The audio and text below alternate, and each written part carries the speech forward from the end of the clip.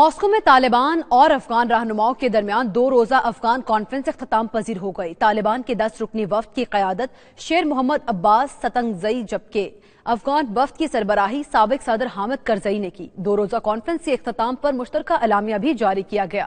Conference کا احوال جانتے ہیں شاہد گھمن کی رپورٹ میں۔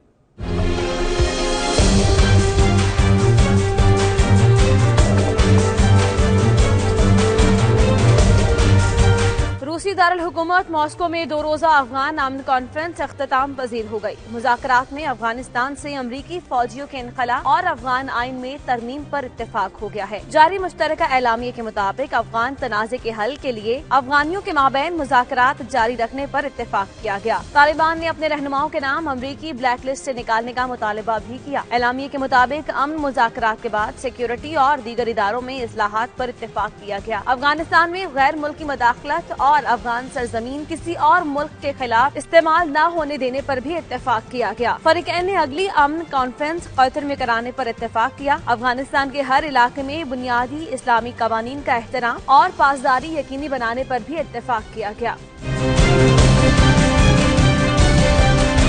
مذاکرات کے اختتام پر طالبان وفد کے سربراہ شیر محمد عباس ستانگزئی کا کہنا تھا کہ فریقین بہت سے نکات پر اتفاق کر چکے ہیں۔ افغانستان سے امریکی افواج کے انخلاء کے ٹائم فریم پر بات چیت جاری رہے گی۔ سابق افغان صدر حامد کرزئی کا کہنا تھا کہ مذاکرات بہت اطمینان بخش رہے۔ افغانستان سے غیر ملکی افواج کے انخلاء کا معاملہ بھی حل کے ہی قریب ہے۔